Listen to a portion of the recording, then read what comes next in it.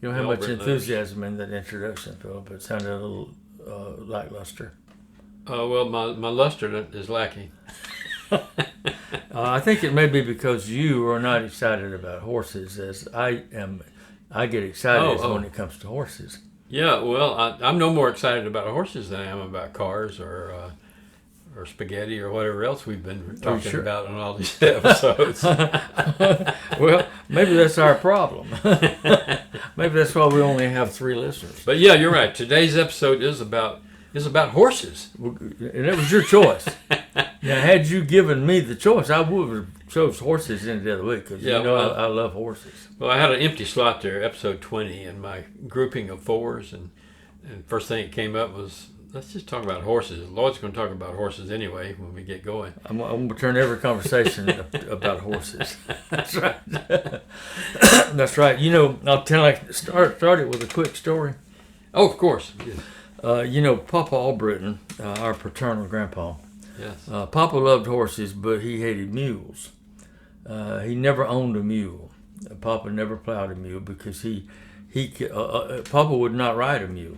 Now, a lot of the old farmers would ride the mule to town. They took him to the wagon. But Papa had pride.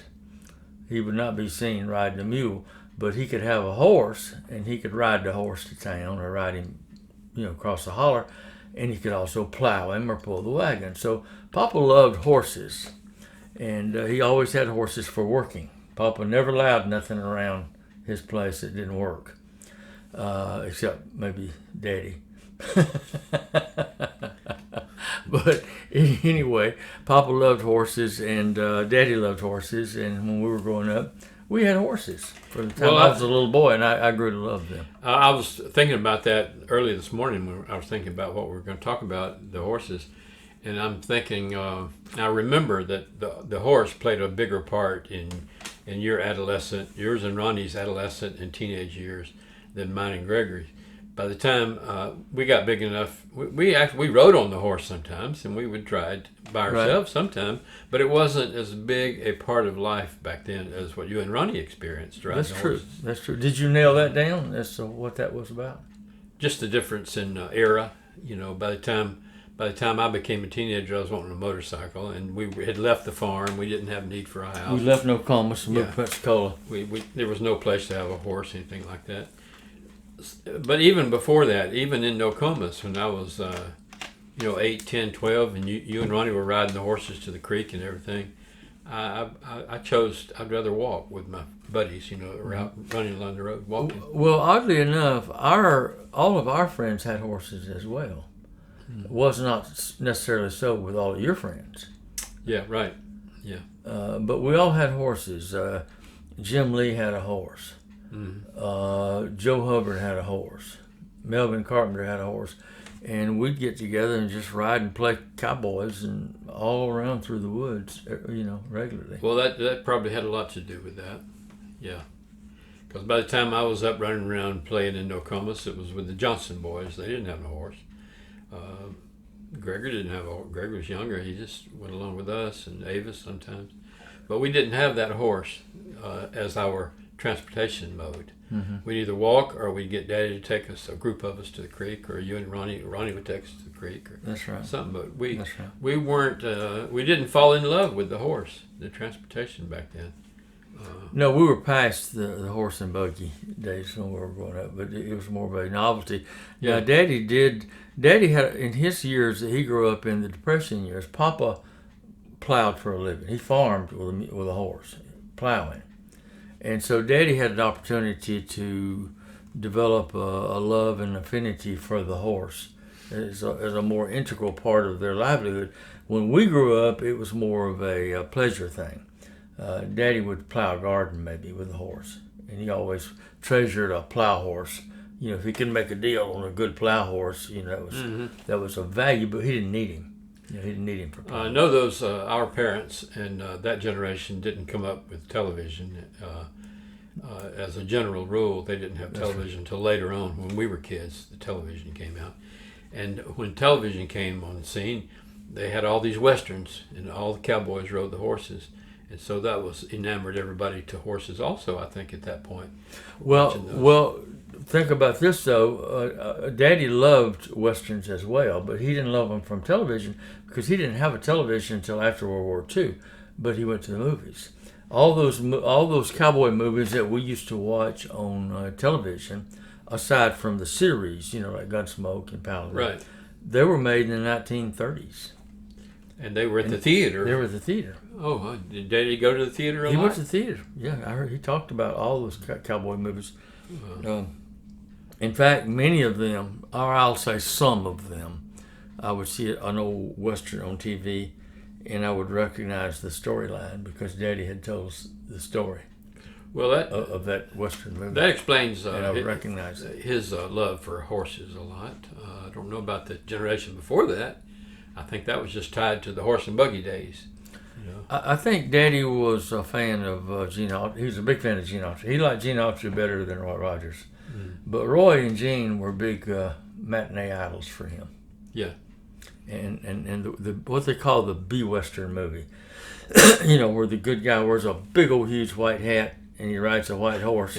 John Wayne did that. And John Wayne made a bunch of them, made probably 100 of those B movies. Yeah. And the horse runs everywhere he goes. Mm-hmm. You never see the horse walking. He's like running wide open, and they keep running past the same tree. And they always run. They always jump on the bad guy over on his horse on the same hill. Well, apart from the influence of the movies and the TV on our love of the horse, what else inspired that other than just the riding on horseback, that feeling of riding?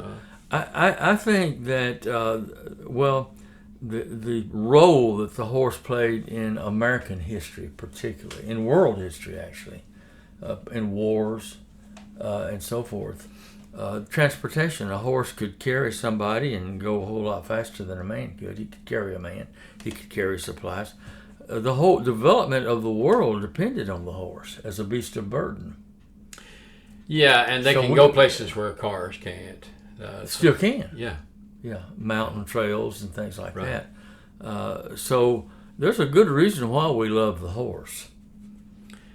Well, once they lost their utilitarian need for pulling buggies or working on farms or whatever need was replaced that the horse provided was replaced by machines, then the horse became, I guess, pretty much just a novelty, a sport. A sport, yeah. Coming up after 1900, the car came along, and more people were still, using horses. Rodeos, because of the Western they culture started of to have rodeos. Wrangling cows, it just extended to the rodeos. Right, to retain the West, and they worked cows out on the prairie. They still do, out in Texas, and those big open areas. There's no roads.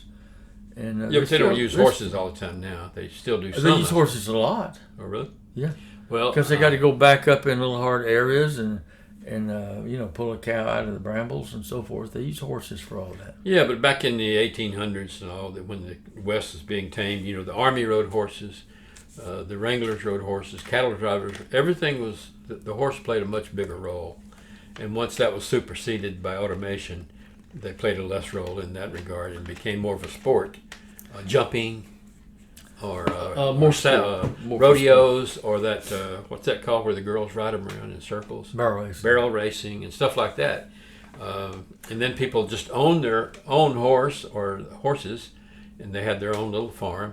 In addition to that, you can go up to Kentucky and find those big thoroughbred farms where $1 million horses are. And you can't. We think of horses being used in 1800s, like Civil War. Yeah. But if you watch any clips of old World War I movies, that was 1917. Yeah. 14, 15, 16, 17. Who was pulling the cannons and stuff? All the artillery was horses. Right. But because then you have any roads. Was that true of other countries? Did Russia and England? England, they all use horses. Mm-hmm. To pull over that rough terrain, and that actually goes to World War II. We were still doing that. We were still using horses to pull artillery and stuff. Which is the very reason why when General Eisenhower was over the war in Europe, they had a hard time moving their troops from one point to another. There were no roads over there. They were all bombed out and muddy and everything. Mm-hmm. And they used horses a lot. They had more automation than trucks. But that's precisely the reason why President Eisenhower, when the war was over, proposed that we build an interstate system of highways in America. That was a national security proposal. We did it for our national security so that we could move troops and supplies. Yeah. And we see them moving down the interstate every now and then. Well, did you know that my name, Philip, you look at the base root of that word, Philip, it means horse? Means lover of horses. Good. And I always knew that as a kid. One of my teachers, Miss Copeland or Miss McGill, somebody said, "Oh, do you love horses?" I said, "What are you talking about?" He said, "That's your name. Your name means lover of horses." And so I always had that in my mind, but I never did love horses. That's the irony. Are you going to let me tell about Donnie Patterson's story in this episode? What did Donnie Patterson have to do with horses? Oh, a lot. Isn't he the one that sold you Holly? Yeah, that's it. Yeah. Let me tell that story. Okay, go ahead. You don't seem to be familiar with it. He was one of the boys that had a horse. He had a horse. He had a little pony, a little black pony. And somewhere, Don told me years later that in the Atmore Advance, he rode that little pony to town one day, and they took a picture of the little boy and the little black pony. Uh-huh. So somewhere, this has been back in the 1950s probably. Yeah. He's in the Atmore Advance with that little pony whose name was Prince. And he was a little black horse. He was a stallion. You know, a stallion is not been neutered. Right. Okay. Stallions and horses typically tend to be unmanageable and kind of mean. Well, this little old pony was a little bitty guy, but he had a chip on his shoulder, and he was mean as he could be. But he was a beautiful little horse, and what was so rare about him is the little Prince could rear up. Donnie could make him rear up, and he could walk on his hind legs. And that got Donnie attention. So when Donnie got a horse, he was in about fourth, fifth, or sixth grade. He was a big, tall boy even then. So he always looked funny on that little Prince because his legs would almost touch the ground. It's like doing a wheelie on a little motorcycle. Yeah. So Donnie always had little Prince, and we'd all go riding, the boys in the community, and little Prince never could quite keep up because his legs were short, you know. And he was always wanting to breed everything. It don't matter if it was male or female. Little Prince was. He was Randy. He was Randy. He wanted to breed everything around him, and so Donnie would get so aggravated, and he would say, "Boy, I wish Daddy would get me a big horse. I wish one day I could get a big horse." And so one day I remember Ronnie, my brother Ronnie, he used to ride old Mabel. It was an old gray mare that we had. I remember Mabel. Yeah. And one day Prince got away. One day Prince got away from Donnie and took off chasing Ronnie and old Mabel. And Ronnie was afraid Prince would come breed him and Mabel. And so Ronnie took off for 2 or 3 miles, and he finally come home, and Daddy was standing out in the yard, and Ronnie come skidding in, you know, and Daddy had to run out and catch little Prince to keep him from, you know, breeding everything. But in those days, my horse, I had to ride on the back, which turned out we only had that one horse. Yeah. But then later, Daddy got an big old huge plow horse named Old Red. Right? Was that after we moved up on the hill, or that was when we was in the first little house, first little place that we lived up there. Yeah, Old Doc was his name, Old Doc. Okay. And so I had to ride Old Doc, and Doc was so big you had to have a ladder to get on him. And so what I would do is I would wait till he ate grass, and I would jump on his neck, and then he'd throw his head up, and I would turn around. That's how I'd ride him. And I rode him with an old plow straight bit, and you couldn't stop him. And every time Ronnie wanted to be mean to me, Ronnie would take off running on old Mabel because he had a saddle. And old Doc would chase old Mabel. I couldn't stop him. He just went wherever Mabel would go. Right? And so anyway, I hated him. You know, that was my horse, and he didn't look like Trigger at all. All right, just a big old clunky, huge plow horse. In any event, Donnie Patterson rode his little pony, and the other boys rode their horses. And along about sometime in 1958 or 59, school started, and my brother Ronnie and we came home from school. Donnie didn't show up at school. And we showed up, and Mama said, "Oh, y'all need to rush over." He lived about a mile down the dirt road. Said, "Y'all need to go see Donnie. Donnie, his family is moving today, and and Donnie got a new horse, and he wanted y'all to see his new horse before he left." Yeah. Well, we saddled Ronnie saddled his horse. I got an old dog, and I followed him. And we went over to Donnie's, and the house was cleaned up. The house was gone. We never saw Donnie Patterson. And through the years, Ronnie and I would say, "I wonder whatever happened to Donnie Patterson." Well, about 30 years or 40 years went by, and here's still 20 years back. Makes me sound like 100. But it's been 20 or 30 years ago. I reconnected with Donnie Patterson. I was working with this guy in Pensacola. I was a stockbroker, and there was a bunch of guys that I worked with, and one of them was named Don Patterson. And it never occurred to me. I got to know this guy, Don Patterson, went to dinner with him, became friends with him. And subsequently, we both took a job with an investment firm in Atlanta, Georgia. And they put us up in a hotel. So Don and I ended up sharing a hotel room. And so we started visiting and talking about these things. And, Don was meandering one day about how, he said, "Well, where did you grow up?" And I said, "Well, I grew up down this area." And he said, "I lived there one time." I said, "You did?" He said, "Yeah, I lived in a little country community. I don't remember the name of it." I said, "Well, where did you go to school?" He said, "I don't remember. It was a little white school." I said, "Was it Davis School?" "That's it, Davis School." Well, I said, "Well, Don, they only had about 100 students. That's where I went to school, elementary school. It was only 100 students. If you ever went to Davis School, how old are you?" And he was a couple of years older than me. He was in my brother's class. I said, I would have had to known you. It's a small area. I would have had to known you." I said, "Do you remember me?" He says, "No, I don't remember you." And he says, and suddenly he says,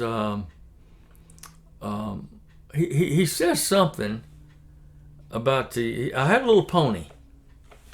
I said, "You had a little pony?" And I said, "Did you ever go by?" I said, "Did you ever go by any other name other than Don Patterson? You're like Joe or Jim or Bob or something." He said, "Well, they called me Donnie when I was a boy." And I said, "Did you have a pony named Prince?" Like that. That was when the Prince came by. I said, "Did you have a pony?" He said, "Well, yeah." I said, "How in the world did you know that?" At this point, we never had any idea. And I said, "Well, you're Donnie Patterson." He said, "Well, of course I'm Donnie Patterson." and we started.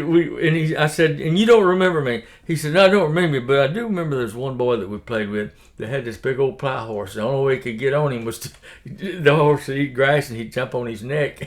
And I said, "That was me, Donnie. That was me, Donnie. Give me a hug." and we went back to the office and called my brother Ronnie. And I said, "Ronnie, you remember Donnie Patterson?" "Yeah, I had a little pony named Prince. Mean as hell." But Donnie and I became friends. He died of cancer here a couple of years ago. That's where I got my dog. Yeah. My border collie. But I thought that was interesting. I wrote a story that published it called Donnie and Prince. So the horse Prince was the pivotal element that linked to that story.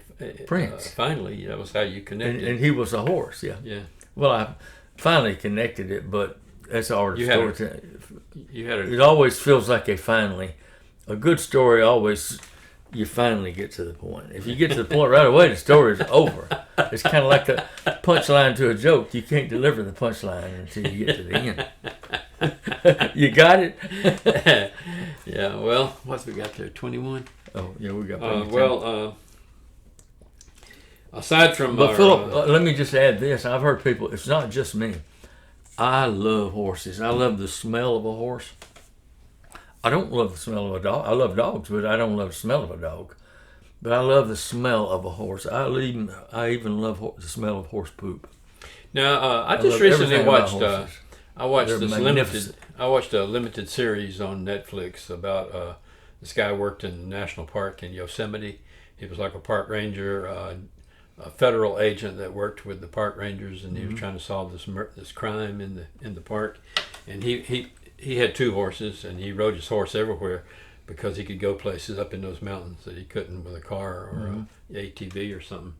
And the horse played a big role in that. And one scene in that he was training this little newbie ranger how to do the investigation. She was just a ranger, and they were trying to solve this crime. And she got kind of lost one day on the horse that he loaned her. They were coming back from somewhere. He said, just go to the trail and then follow the trail. And he left her. He went off on something else. So in her process of her coming down off the mountain on that horse, she got off the horse because she saw some deer out in this big field. And she walked toward the deer, and the deer just and bolted, went everywhere. So when she got back to the house and told the guy about it, says, when you left me in the woods, I came on this. She told the story, and he said, that wouldn't have happened if you stayed on the horse. Says, as soon as you got off the horse, the deer see you. But if you'd stayed on the horse, you could have walked right in the middle of them, and they would never run or anything. And so at the end, after the guy had left and she was left there, so she went out and got the horse and made another ride back up to that area, and there was these deer again. And so she said, I'd try it. So she rode, just casually walked right through the deer. They never paid her no mind at all. And she just went on her way right through this herd of deer. You ever heard anything like that? Well, yeah, I have heard that, but I don't know if I fully buy into it because, the Indians, they couldn't do that with the buffalo. In buffalo, when they would see an Indian on a horse, they took off running. Yeah. Even though he was on the horse. Well, it could be the fact that they had their bow and arrow shooting at them. Could have been swatting those. What is that? Something's happening here. And Buffalo said one buffalo, every horse I ever seen, he didn't have like a guy sitting in the middle of him, But Philip, just to clarify though, the difference between mine and your affection for the horse is a little more than our childhood days as well, because after I got grown, after I got out of the service, I took horses back up for about 10 years or more, and I had some really good horses, and I spent a lot of time with horses. We have a cousin, Shannon, who's younger than both of us, and she developed a love for horses. She's still got a couple of horses, I think. Yeah. Riding the horses, that's became a hobby sport of hers. Well, horses is something you can get hurt on, and people do get hurt on them. And if people don't learn to ride horses when they're younger, typically they never do, because it's a big, intimidating animal. But even little children learn how to master the horse.